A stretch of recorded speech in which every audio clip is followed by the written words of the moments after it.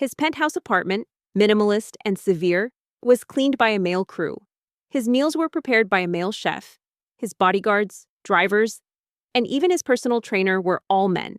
It was a perfectly calibrated existence, one that allowed him to function at the peak of his abilities, but also one that was profoundly, almost tragically, isolating. For 30 years, Alexander Thorne had not known the touch of a woman, the warmth of a female smile directed solely at him, or the simple comfort of shared space with the opposite sex. He had accepted his fate, resigned himself to a life of solitary achievement, believing this strange affliction was an unshakable part of his identity. He had never once questioned if it could change, or if anyone could ever break through the impenetrable fortress he had built around himself. The idea was as foreign as the concept of physical pain to a phantom limb. Eliza Vance navigated the labyrinthine corridors of Thorne Enterprises with a mixture of awe and trepidation. The sheer scale of the place was daunting.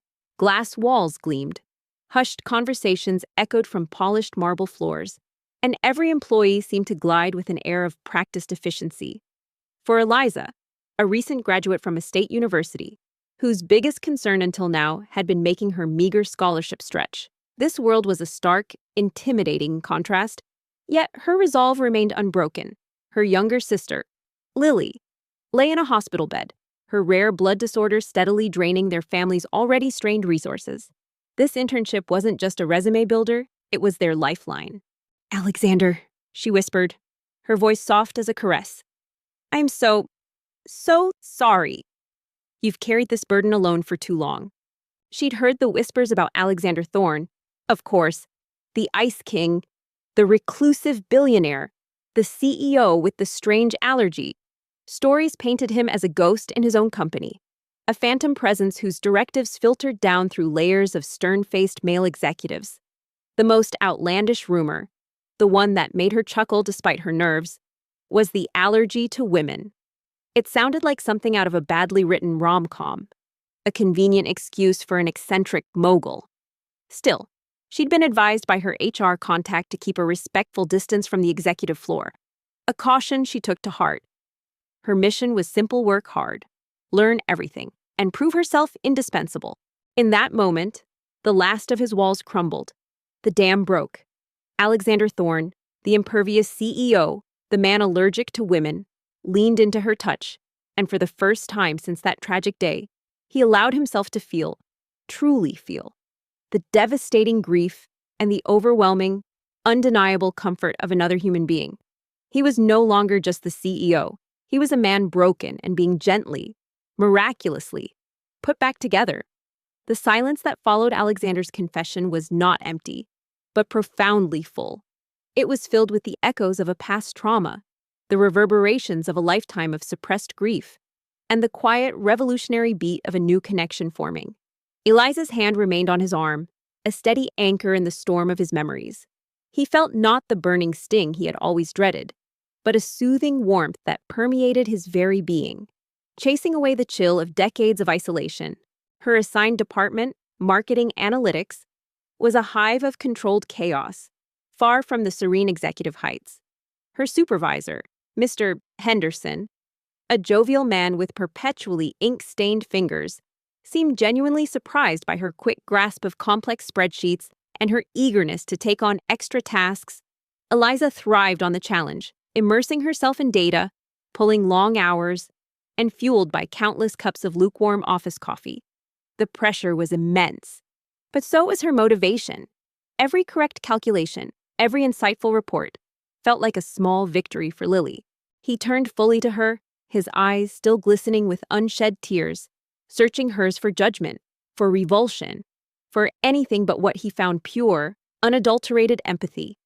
Eliza's gaze held a depth of understanding that transcended words. She saw the 7-year-old boy trapped in the CEO's powerful frame, and her heart ached for him. The internship was unpaid, but the promise of a full-time position upon successful completion, with a salary that could finally cover Lily's mounting medical bills, was the beacon guiding her. She shared a tiny, cramped apartment with 2 other students, ate ramen noodles more often than she cared to admit, and meticulously budgeted every penny. Her wardrobe consisted mostly of hand-me-downs and thrift store finds, a stark contrast to the designer labels she saw sashaying through the Thorn Enterprises lobby.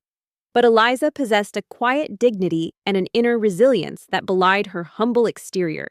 She might not have had the pedigree, but she had grit, intelligence, and an unwavering loyalty to her family. These were qualities that, unknown to her, would soon be tested in ways she could never have imagined, drawing her into the very heart of the enigma that was Alexander Thorn. Alexander Thorn was a creature of habit. His route from the executive elevator to his office was meticulously planned, a straight line designed to minimize any unexpected encounters. On this particular Tuesday morning, however, fate, or perhaps just a momentary lapse in Miles's scheduling vigilance, intervened. As he stepped out of the elevator, engrossed in a financial report on his tablet, a flurry of interns, heads down and burdened with stacks of binders, rounded the corner from the opposite direction. "You don't have to carry that alone anymore, Alexander," she murmured, her voice a balm. She didn't press, didn't offer platitudes. She simply was. Her presence, her acceptance, was the most profound comfort he had ever known. Normally, Miles, positioned like a human shield, would intercept. But Miles was momentarily distracted, urgently taking a call about a last-minute board meeting. Alexander, sensing a sudden constriction of space, looked up, his eyes, usually cool and discerning, widened imperceptibly. He registered a young woman, slightly disheveled but radiating a quiet determination, her arms laden with documents, stumbling slightly. She was closer than any woman had been to him in years, barely 2 feet away. In that moment, something fundamental shifted within Alexander. The invisible chains that had bound him to his trauma, that had dictated every interaction, every reaction, for 30 years, began to loosen. The allergy, once an impenetrable fortress around his heart, now seemed less like a curse and more like a misguided protector, and Eliza was the key that unlocked its gates. He braced himself. The familiar wave of nausea, the clammy sweat, the dizzying rush of panic, he waited for it, a Pavlovian response ingrained over a decade, but it didn't come.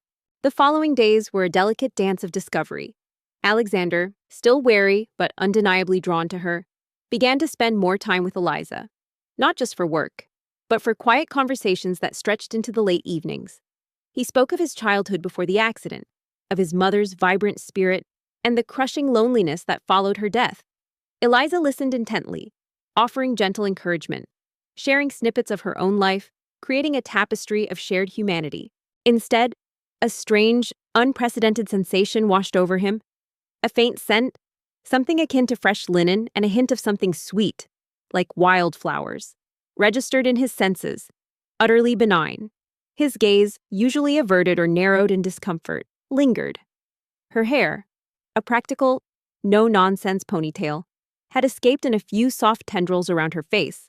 Her eyes, a striking shade of hazel, met his for a fleeting second, wide with apology as she mumbled, "Oh, I'm so sorry," before quickly sidestepping around him. Miles watched this transformation with a quiet, relieved satisfaction. The dark clouds that had clung to Alexander for so long seemed to dissipate, replaced by a cautious optimism. He saw Alexander smile, a genuine, unforced smile, for the first time in years. He saw him engaged, present, truly living. Miles had always believed in Alexander, but now he believed in the possibility of Alexander's happiness, a future he had once deemed impossible. The moment was gone as quickly as it had arrived. The corridor cleared. Miles, hanging up, turned to him with a worried frown. "Mr. Thorn, are you all right? You look a little pale."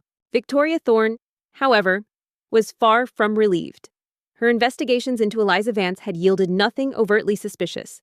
Eliza had a clean record, excellent academic achievements, and a strong, though humble, family background. Yet, the rapid, profound change in her brother screamed alarm. Alexander, the recluse, the man who couldn't bear to be near women, was now spending hours, personal hours, with this intern. It defied all logic, all medical understanding. Alexander wasn't pale. He was frozen, a statue of confusion. He felt nothing. No sickness, no panic, no overwhelming need to flee. Just a faint, lingering image of hazel eyes, and an inexplicable sense of calm that had descended upon him in her brief presence. It was as if a silent, persistent alarm bell that had rung in his head for years had, for that one fleeting second, fallen silent. She cornered Miles again, this time her voice sharper, less veiled. "Miles, what exactly is happening with my brother and Miss Vance?"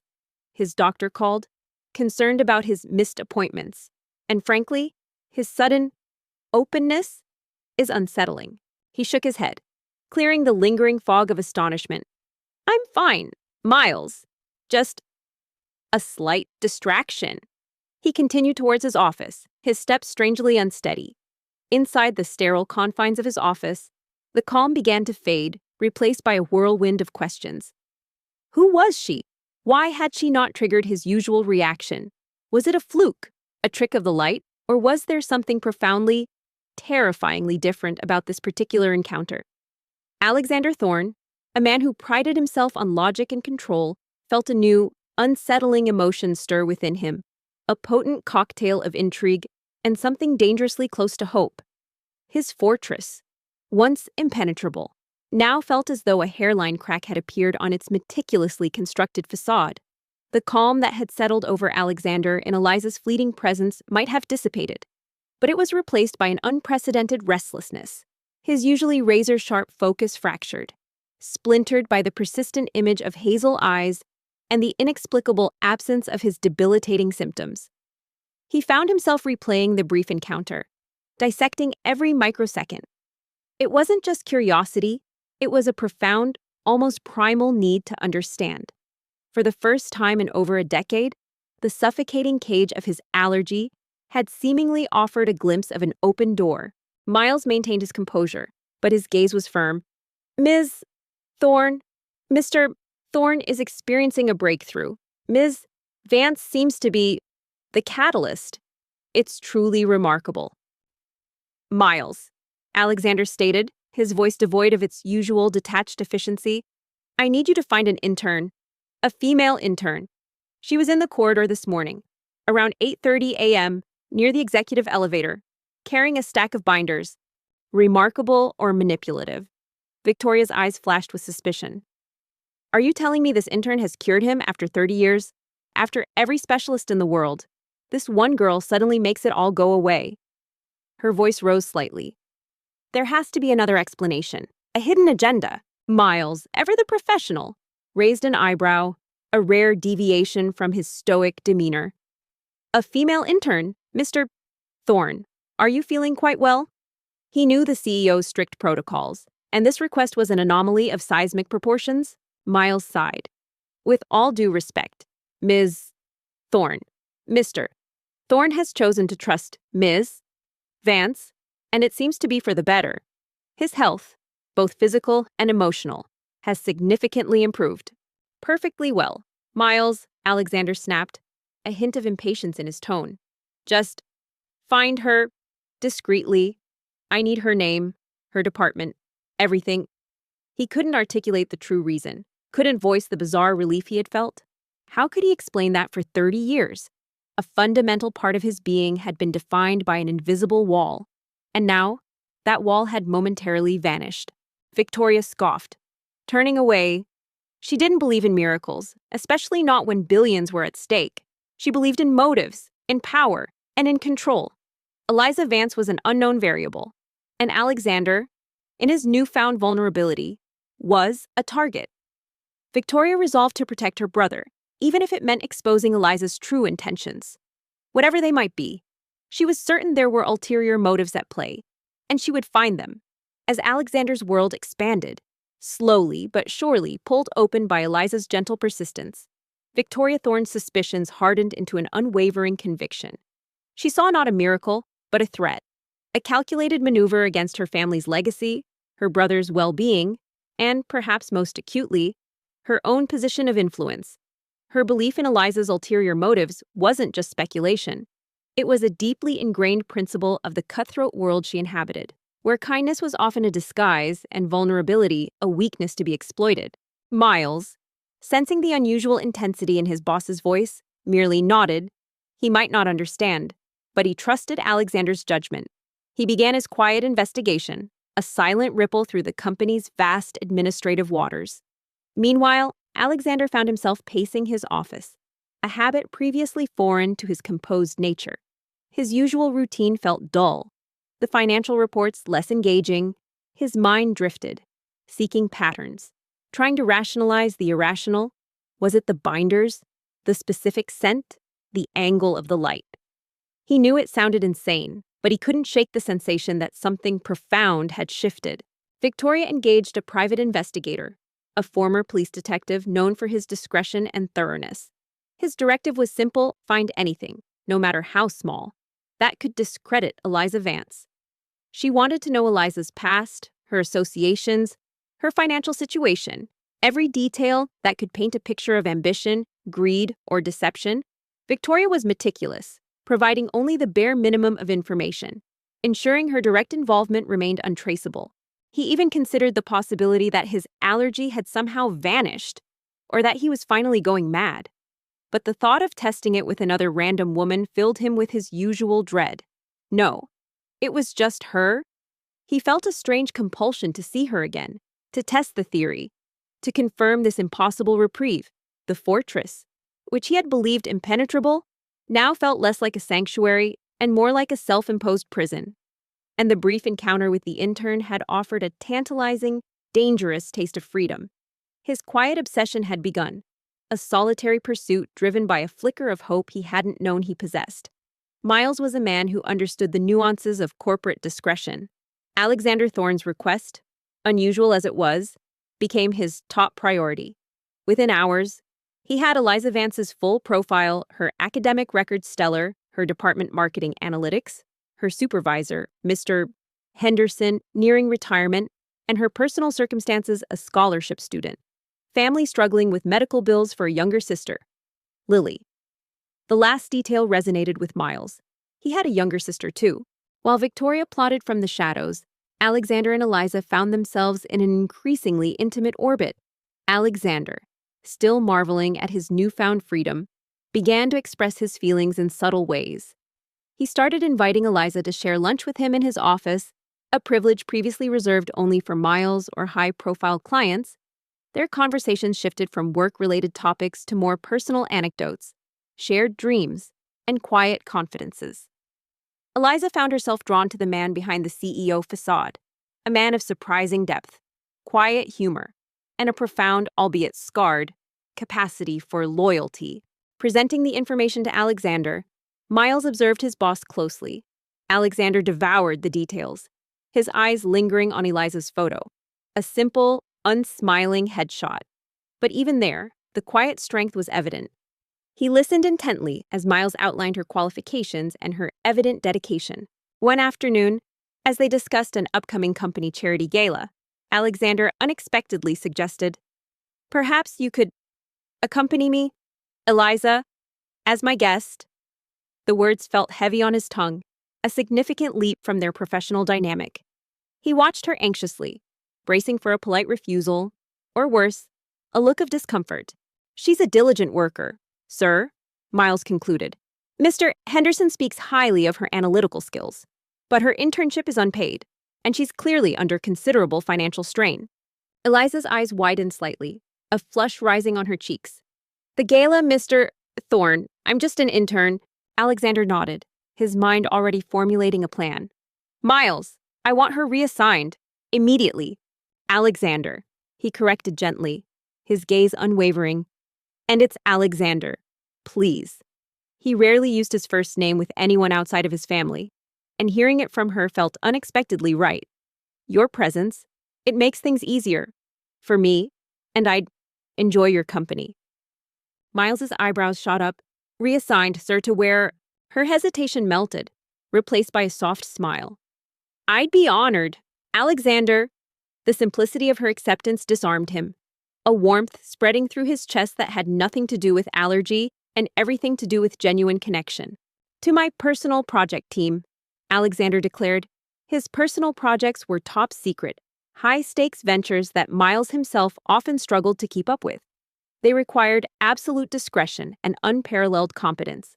Under direct supervision— No, wait, just Under my direct purview, I'll need her closer. For data analysis. He winced inwardly at the flimsy excuse, but Miles simply maintained his poker face. Their growing closeness did not go unnoticed by the office gossips, who devoured every interaction with avid interest. Whispers spread like wildfire of the CEO who was cured, of the intern who had bewitched him, of a scandalous romance blossoming under the very nose of Victoria Thorne. These rumors, however, were largely dismissed as fanciful, given Alexander's reputation. Very well, sir. I'll arrange the transfer. It might raise a few eyebrows. Moving an intern from marketing analytics to closer to your office, especially a female intern, given your... Miles trailed off delicately. Unbeknownst to them, Victoria's private investigator was diligently piecing together a puzzle. He found no major skeletons in Eliza's closet, which frustrated Victoria. But he did uncover something seemingly innocuous, yet potentially damning in Victoria's eyes. Eliza's mother, a talented but struggling artist, had recently faced eviction from her studio due to rising rents. The financial strain on Eliza's family was significant, explaining her relentless pursuit of scholarships and her acceptance of the intern position despite her advanced qualifications. The investigator also noted Eliza's older brother, who worked an unstable, low-paying job and struggled with gambling debts. Alexander cut him off. Manage it, Miles. I'm sure you can find a suitable pretext. Perhaps a special project requiring her specific analytical skills. Make it sound urgent, and ensure she is compensated appropriately. A substantial salary. Start immediately. He knew the optics were terrible, but he couldn't afford to hesitate. Every moment he spent without understanding why she was different was a moment wasted.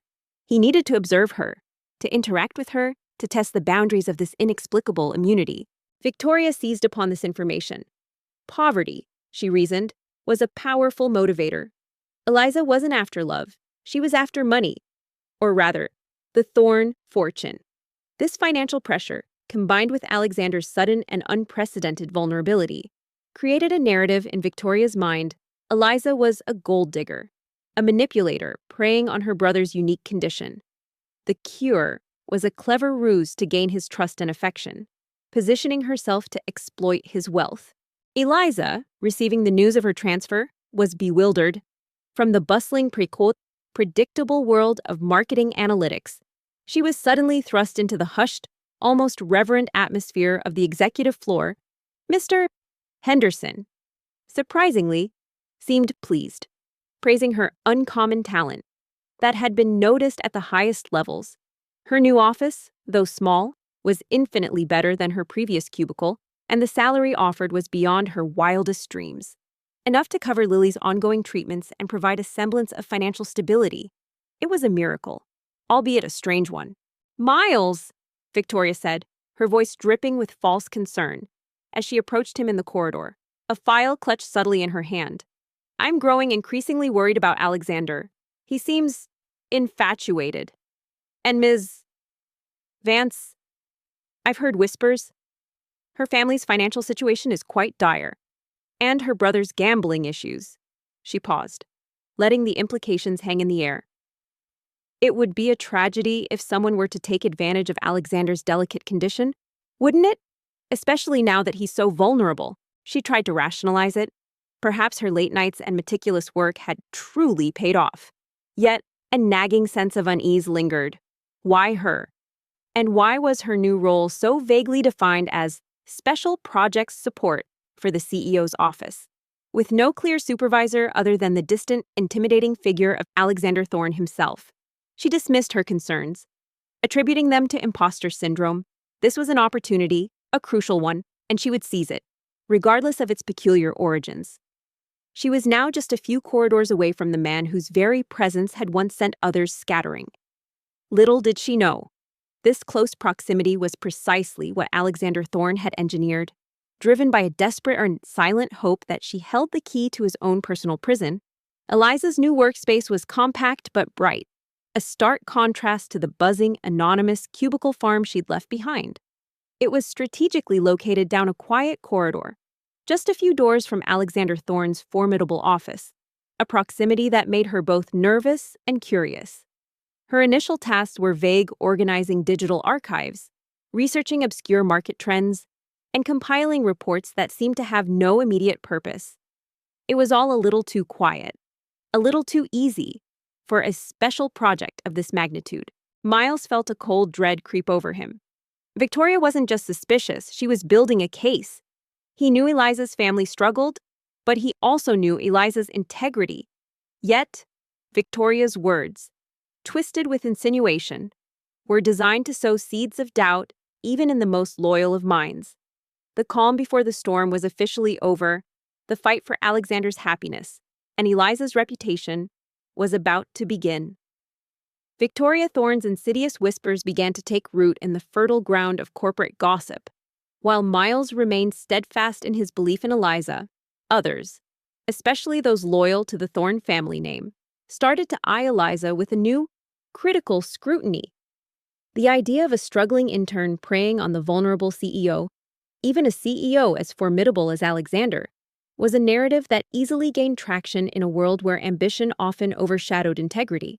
Days turned into a week, then two. Alexander Thorne remained a phantom presence. She would occasionally catch a glimpse of him through his office door, a towering figure hunched over his desk, or see him stride purposefully down the hall, Miles always a respectful step behind. Each time, she held her breath, half expecting some reaction, some sign of the intimidating aura she'd heard about, but he never looked her way, never acknowledged her presence. The CEO allergic to women seemed to be completely unaffected by her, which, ironically, made her feel even more peculiar. Unaware of the storm brewing around her, Eliza was navigating a storm of her own. Her mother, Elena, had called her with heartbreaking news. The eviction notice for her studio was final. Elena, a woman of quiet dignity and immense talent, was on the verge of losing the only space where she truly felt alive.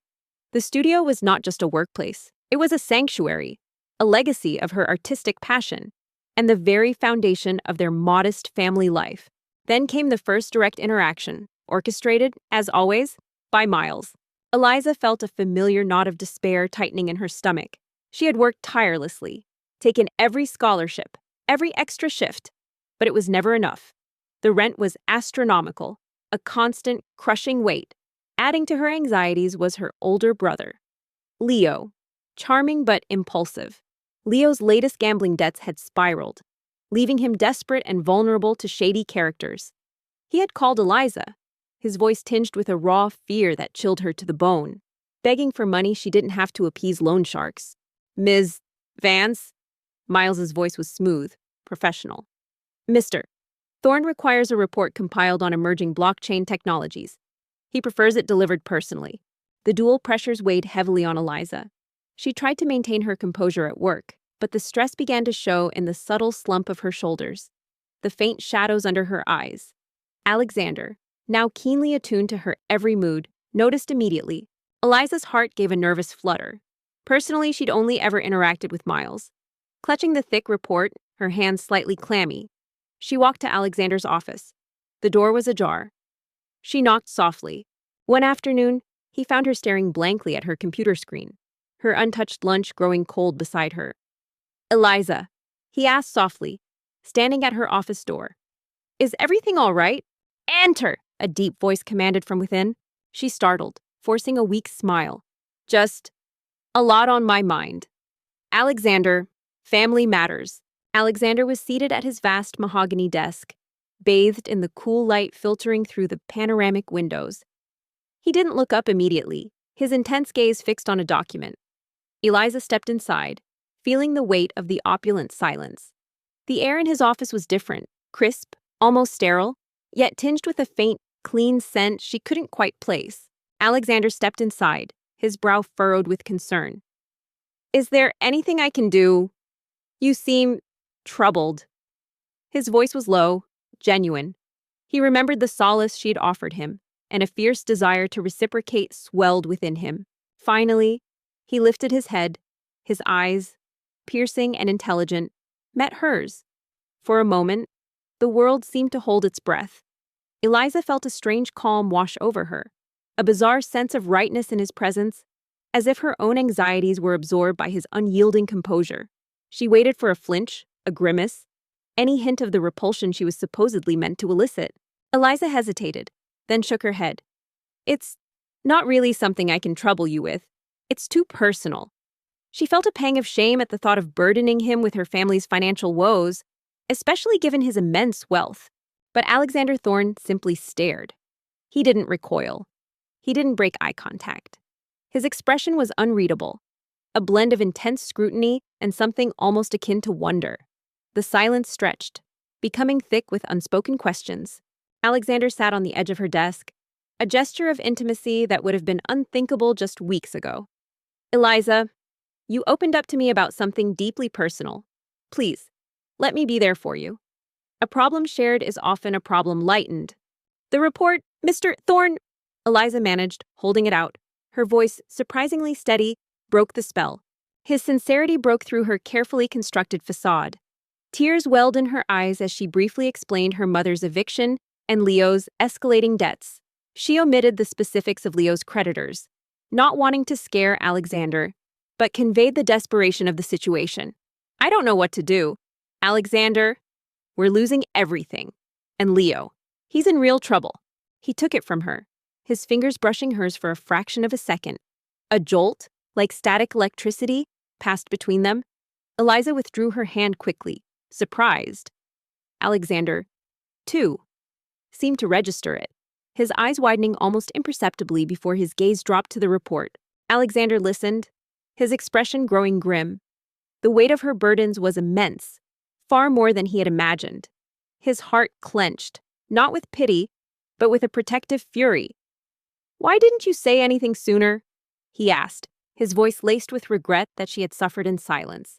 "Thank you, Ms. Vance," he said, his voice a low rumble. "You may go."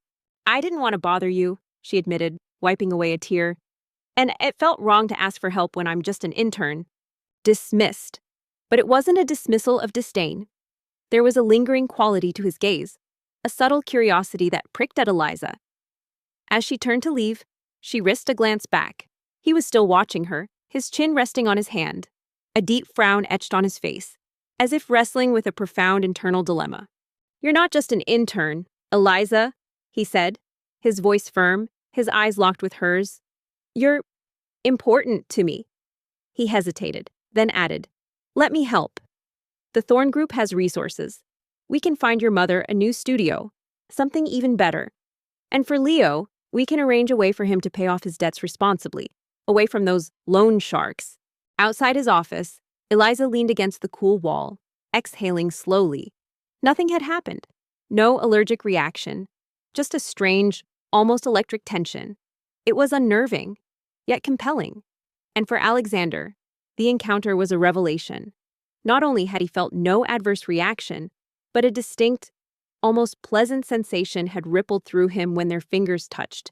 His fortress hadn't just developed a crack. A window had just opened. And through it, he saw a sliver of a future he had long ago deemed impossible. The quiet obsession was now an active pursuit. Following the initial encounter, the unspoken protocol in Alexander Thorne's office shifted. Miles, ever observant, noticed the subtle change. No longer was Eliza Vance merely an intern assigned to special project support. She was, quite suddenly, the special project.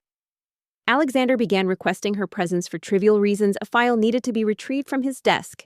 A specific document required immediate printing. A cup of coffee black.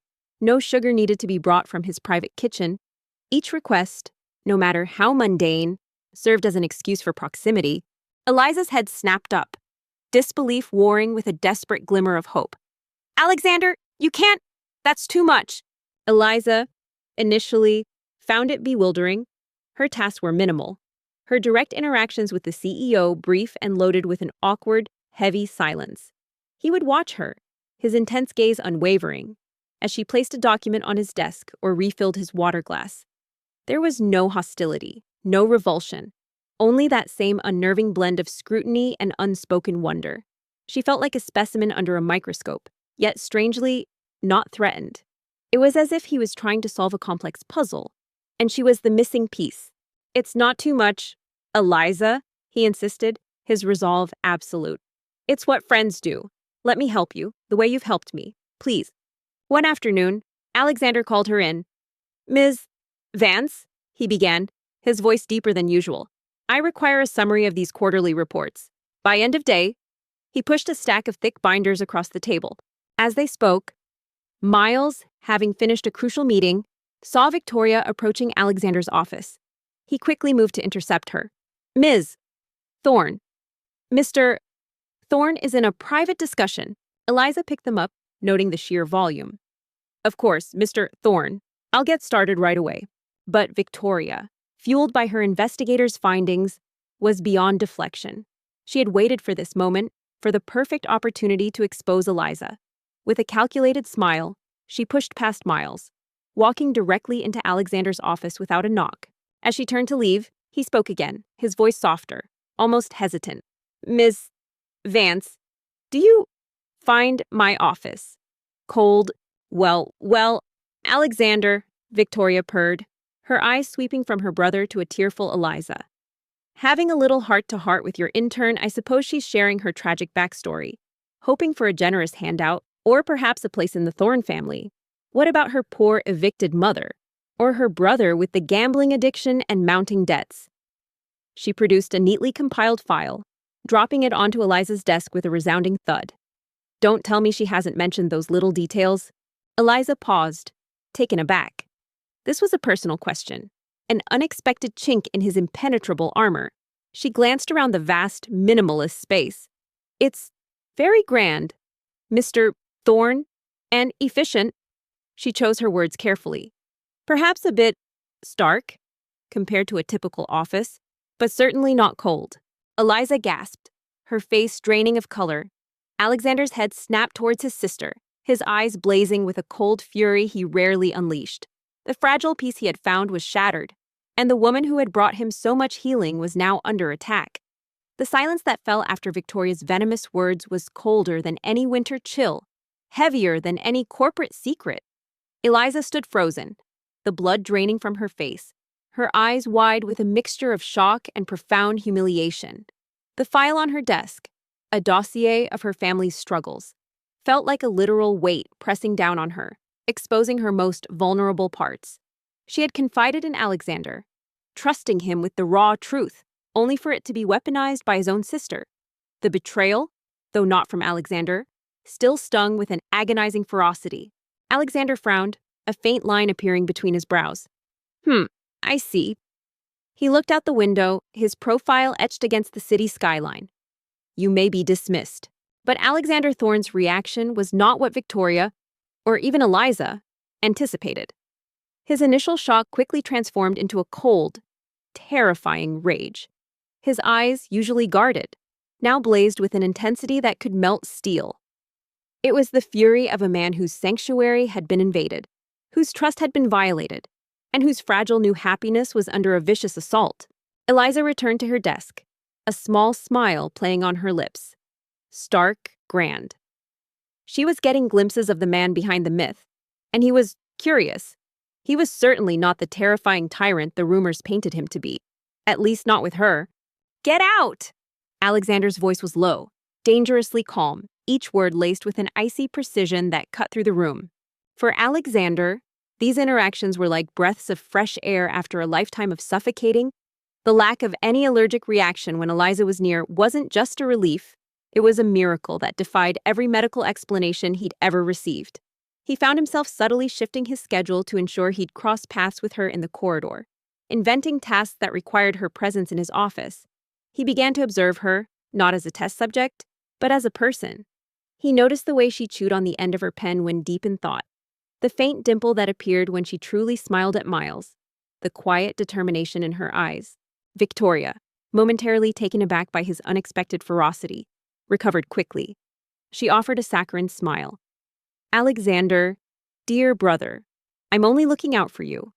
This woman, she's clearly, his world, once a precisely ordered, sterile environment, was slowly being infiltrated by the soft edges of her presence.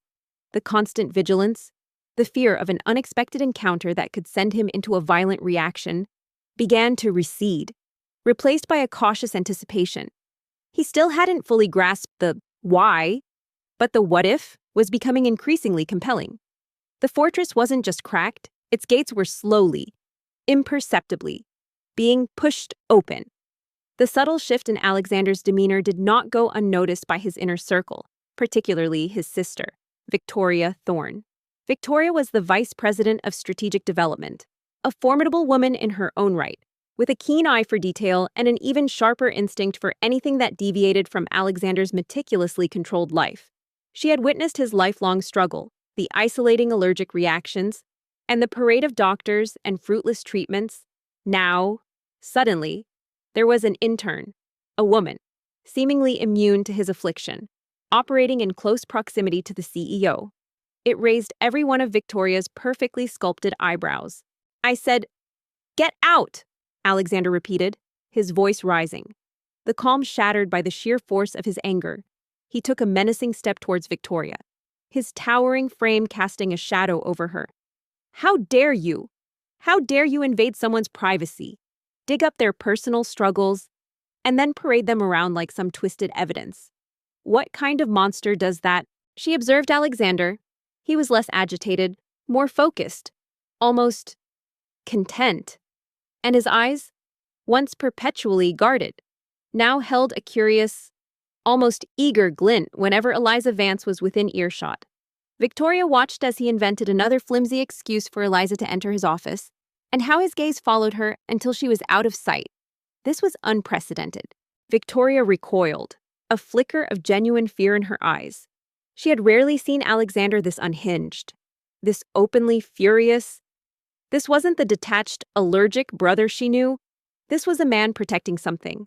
Someone with the ferocity of a lion. "Miles," Victoria cornered the executive assistant one afternoon, her voice a silken thread. "I've noticed a new presence on the executive floor. Ms. Vance, isn't it?" Miles, who had stood silently, now stepped forward, his face grim. "Ms. Thorne, I suggest you leave before this escalates further." He didn't want to witness the unraveling of the Thorne family in the middle of Alexander's office. Miles, a master of corporate deflection, remained composed. "Yes, Ms. Thorne. Ms. Vance is assisting Mr. Thorne with some special projects." Victoria, seeing her carefully constructed plan backfiring spectacularly, tried one last desperate maneuver. "I'm merely presenting facts. Alexander, this intern, with her convenient presence, her distressed family, her brother's debts, it's too perfect. She's taking advantage of you, playing on your recent vulnerability." She gestured vaguely towards Eliza. "Special projects," Victoria echoed, a knowing smile playing on her lips. "I see. And how special are these projects?" "Miles, that they require a junior intern to be so intimately involved with my brother's work." Eliza, finding her voice, though it trembled, finally spoke. "I never asked Alexander for anything he offered, and I was trying to tell him it was too much. How dare you suggest I would manipulate anyone, especially him?" Her eyes, brimming with tears, met Alexander's, a silent plea for him to believe her. Miles offered a practiced, non-committal shrug. "Mr. Thorne finds her analytical skills particularly suited to the current demands." "Ms. Thorne," Alexander didn't need the plea. He turned his gaze back to Victoria, his anger still palpable, but now mixed with a chilling resolve. "You know nothing of what's happening here, Victoria. You see a transaction, a scheme. I see a person, Eliza, who has shown me more kindness, more understanding, and more genuine compassion in weeks than anyone has in 30 years. You are so blinded by your own cynicism, by your belief that everyone has an ulterior motive, that you can't recognize pure goodness when it stands right in front of you." Victoria leaned in, her voice dropping to a conspiratorial whisper. "Miles, you and I both know Alexander. He doesn't find people. He tolerates them. This is different. Is she affecting him?" He picked up the file Victoria had left, his eyes scanning its contents briefly. "Yes, Eliza's family faces challenges. Yes, I offered to help. Not because she asked, but because I wanted to. Because she deserves it. Because she has given me back a part of myself I thought was lost forever. And if helping her means being taken advantage of in your eyes, then so be it. I consider it an honor." Miles hesitated for a fraction of a second, a flicker of concern crossing his face. "Ms. Vance seems to uniquely bypass Mr. Thorne's condition Ms. Thorne, it's quite extraordinary. He tossed the file back onto the desk. You think you're protecting me? You're not. You're destroying what little happiness I've found. And you've crossed a line, Victoria. A line that cannot be uncrossed. Victoria's eyes narrowed. Extraordinary indeed. A seed of doubt, cold and sharp, began to grow in her mind. Was this a genuine miracle, or was there something more insidious at play? She had seen countless attempts to exploit Alexander's vulnerability, gold diggers and schemers who sought to infiltrate his carefully constructed world. This intern, with her quiet demeanor and seemingly innocent presence, could be the most dangerous yet. She decided to investigate Eliza Vance more thoroughly. Victoria paled. She had miscalculated. Horribly. Her brother wasn't just annoyed, he was genuinely alienated. The emotional distance she had relied on was gone, replaced by a fierce loyalty to Eliza. Meanwhile, Alexander, unaware of the storm brewing, found himself looking forward to his workday, a sensation utterly alien to him.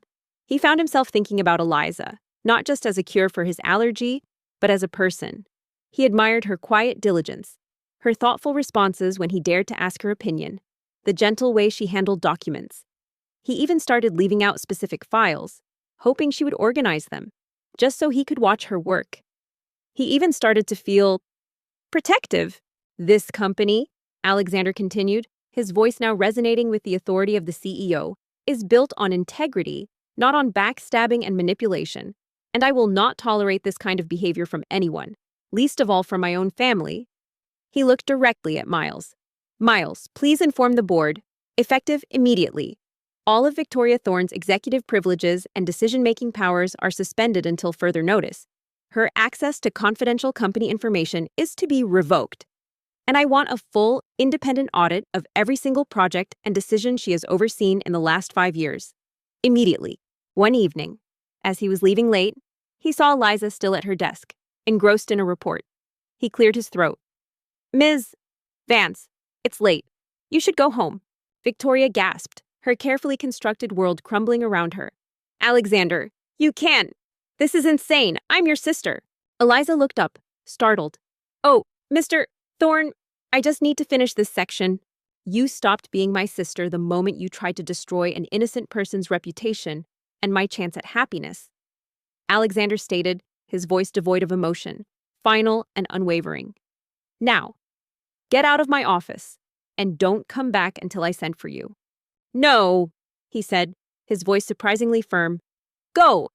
Your family worries. He wasn't sure why he said, your family, but the words felt right. Defeated, humiliated, and utterly shocked by Alexander's decisive action. Victoria stumbled out of the office, leaving behind an unnerving silence. Miles looked at Alexander, a look of profound respect on his face. He finally saw the true strength of his friend, not just as a businessman, but as a man of principle. Eliza hesitated, then nodded, gathering her things. Thank you, Mr. Thorne. As she passed him, a fleeting, genuine smile touched her lips, illuminating her face in the dim office light. Alexander turned to Eliza, his fury instantly dissolving into raw concern. He reached out, gently taking her hand. Eliza, I am so sorry. For all of this. Please believe me, I had no idea she would do something so despicable. Alexander watched her walk away, feeling a warmth spread through him that had nothing to do with physical reaction and everything to do with a burgeoning, unfamiliar emotion. He was still a man allergic to women, but with Eliza Vance, he was simply a man. And for the first time in 30 years, he felt a glimmer of hope that extended beyond merely existing in solitude. The warmth Alexander felt in Eliza's presence was undeniably intoxicating, a balm to a soul scarred by 3 decades of isolation. Yet, with this unprecedented comfort came an unsettling disruption. As his carefully constructed emotional walls began to crumble, the past, long buried and silenced by his body's violent reactions, began to stir.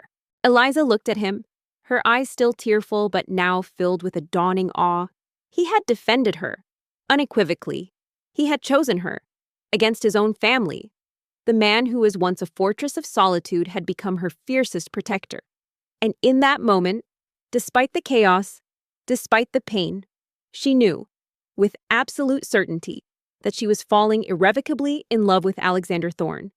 The silence in Alexander's office after Victoria's furious exit was deafening, yet profoundly cleansing. The storm had passed, leaving behind a stillness that allowed for healing. Eliza, still trembling, looked at Alexander, her heart overflowing with a gratitude and admiration so intense it stole her breath. He had faced his family, his past, and his own ingrained fears, all for her.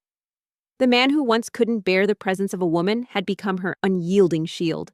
He started experiencing vivid flashbacks, fragments of memories that clawed their way to the surface in the quiet hours of the night, and even in the stark reality of his office.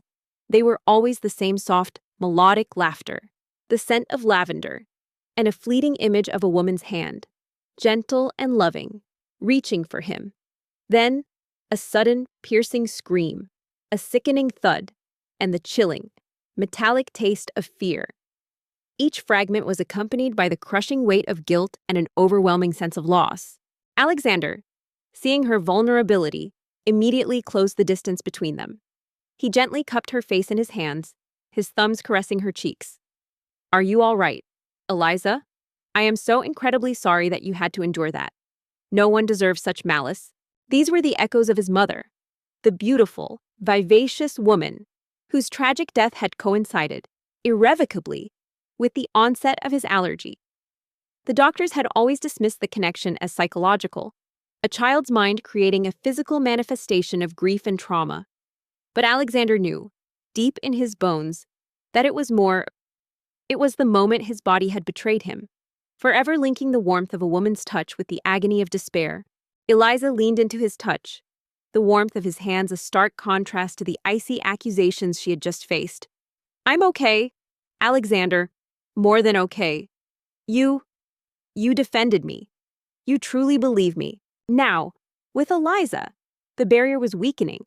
His system, which had so fiercely protected him from the pain of memory by shutting out all contact, was now allowing glimpses of the past to seep through. The more he allowed himself to feel for Eliza, the more the ghosts of his past haunted him.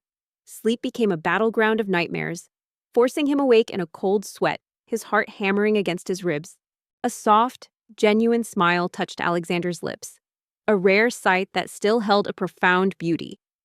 "Eliza, you saved me. You brought me back from a lifetime of self-imposed exile. How could I not believe in you? How could I not fight for you?" His gaze deepened, filled with an emotion so raw and powerful, it left no room for doubt. "I love you, Eliza Vance, more than I ever thought possible." His newfound peace began to fray. The slight ease in his demeanor evaporated, replaced by a brooding intensity.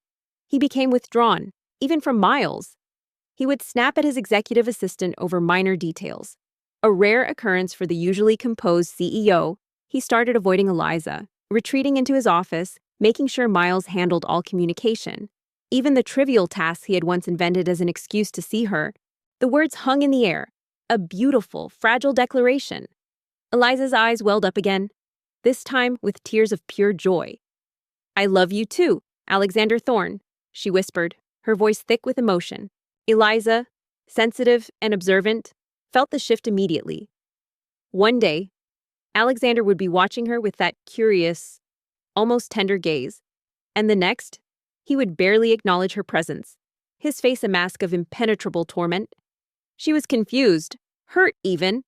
Had she done something wrong? Was he finally succumbing to the allergic reaction he was known for? And she was the trigger. The thought sent a pang through her chest. She found herself scrutinizing her every action, every word, searching for a misstep. He pulled her into a tender embrace, holding her close. There was no allergic reaction, no discomfort, only the profound comfort of being held, truly held, for the first time in what felt like an eternity. The phantom scent of lavender, once a torment, was completely gone, replaced by Eliza's subtle, comforting fragrance, a blend of fresh linen and something uniquely her. His body, once a prison, was now a sanctuary for this extraordinary connection. The allergy wasn't just overcome, it was obliterated by the sheer force of genuine love and acceptance. Miles, ever loyal and attuned to Alexander's subtle cues, noticed the CEO's distress. He saw the dark circles under Alexander's eyes, the way he would suddenly clench his jaw or stare blankly into space. He suspected the root of it was connected to Eliza, but not in the way others might think. He knew Alexander's allergy was tied to a deeper trauma, and Miles began to wonder if Eliza's unique immunity was not just a medical anomaly, but a catalyst, forcing Alexander to confront the very origins of his affliction. Miles wanted to help, but knew Alexander would never accept direct interference in such a personal matter. He could only watch and wait, offering silent, unwavering support. In the days that followed, the consequences for Victoria Thorne were swift and severe. The independent audit, meticulously overseen by Miles, unearthed a series of unethical business practices, dubious transactions, and attempts to undermine Alexander's leadership. Victoria had been using company resources for personal gain and manipulating financial reports to inflate her own department's performance. Her ambition had blinded her, leading her down a path of deception that now laid bare before the board, stripped of all power, facing potential legal repercussions and public humiliation. Victoria was forced to resign from the Thorne Group. Her reign of influence decisively ended. Justice, slow but inevitable, had finally been served. For Alexander, the battle was internal. He was torn between the terrifying resurgence of his past and the profound, intoxicating pull of Eliza's presence. He was terrified of what connecting with her truly meant, not just for his physical health, but for his sanity. The allergic reaction might be gone, but the emotional wound remained, deep and festering. He was falling for Eliza, and in doing so, he was opening himself up to a pain he had spent his entire life escaping. The tension in the executive suite became palpable. Alexander's erratic behavior, the sudden withdrawals, the sharp words, the haunted look in his eyes created a heavy atmosphere that even the most oblivious staff member could feel. Eliza, though hurt by his sudden coldness, refused to be deterred. She was not one to back down from a challenge, and Alexander's turmoil hinted at a deeper pain, not a casual dismissal. His earlier kindness, however brief, lingered in her mind. Eliza's mother, Elena, received a call from Alexander personally, offering her a fully funded, beautiful new art studio in a vibrant district with an open-ended lease. Overwhelmed with emotion, Elena wept tears of gratitude. Alexander also arranged for Leo to enter a reputable rehabilitation program for gambling addiction and secured him an honest job opportunity upon completion, away from his dangerous debts. He did all of this quietly, without fanfare, embodying the true meaning of generosity and care. One morning, after a particularly curt exchange where Alexander had dismissed her suggestion for a project with an almost angry wave of his hand, Eliza decided she had had enough of the unspoken questions. She waited until Miles stepped out for a meeting, then walked purposefully towards Alexander's office. The heavy oak door seemed to mock her resolve, but she pushed it open without knocking. With Victoria gone, Alexander not only thrived in his role as CEO, but truly blossomed as a person. He became more approachable, more engaged, his brilliance now tempered with a newfound warmth. He and Eliza's relationship flourished, a beacon of hope and resilience. Their love story, once whispered about in speculative tones, became a quiet testament to destiny and the power of emotional healing. Alexander looked up, startled, his eyes, usually sharp and focused, clouded with a restless anxiety. "Ms. Vance, I believe Miles is unavailable." A few years later, Alexander and Eliza stood on a cliff overlooking the ocean, the setting sun painting the sky in hues of orange and purple. Eliza, now a senior executive within the Thorne Group, had helped launch a successful social impact division, a testament to her vision and compassion. Alexander, holding her hand, felt a peace he had never imagined possible. The fortress he had built around his heart had not been breached by force, but melted by the warmth of an unexpected love. He looked at Eliza, his wife, his partner, his miracle, and knew that his life, once defined by a profound allergy to connection, was now defined by an unshakable love. The CEO, single for 30 years due to an impossible barrier, had truly fallen for an intern at first sight, and in doing so, had found his whole world. "I didn't come for Miles, Mr. Thorne," Eliza said, her voice steady despite her pounding heart. She stepped further into the room, closing the door behind her. "I came for you. Thanks for watching." If you enjoyed this heartwarming story of overcoming adversity, unlikely love, and justice prevailing, Don't forget to hit that subscribe button for more compelling tales. We have a whole library of dramatic narratives waiting for you. Stay with us for the next one, and while you're here, check out our other videos. There's always more to explore. Where are you watching from? Let us know in the comments below. Your support means the world to us. Alexander's jaw tightened. I don't appreciate unscheduled interruptions, Miss Vance, and I don't appreciate being treated like a disposable nuisance. Mr. Thorne, Eliza retorted, taking another step closer. One day you're considerate. The next, you're a stranger. Did I do something wrong? Is this about my work, or is it about me? Alexander flinched, the word me striking a nerve. His gaze fixed on her, no longer with just curiosity, but with a raw, desperate intensity. The air crackled between them, thick with unspoken emotions and the fragile thread of his sanity. He felt the familiar clammy sweat, the tremor in his hands, but this time it wasn't the allergy. It was fear, the fear of what she represented, the fear of the truth that was desperately trying to claw its way out. It's not you, Miss Vance, Alexander said, his voice strained, almost a whisper. He rose from his chair and walked to the panoramic window, his back to her. It's complicated. Eliza stepped closer still, her voice softening. Complicated how, Mr. Thorne, because I don't understand. And frankly, your inconsistency is affecting my ability to do my job. He turned abruptly, his eyes locking with hers, a mixture of torment and a terrifying vulnerability etched on his face.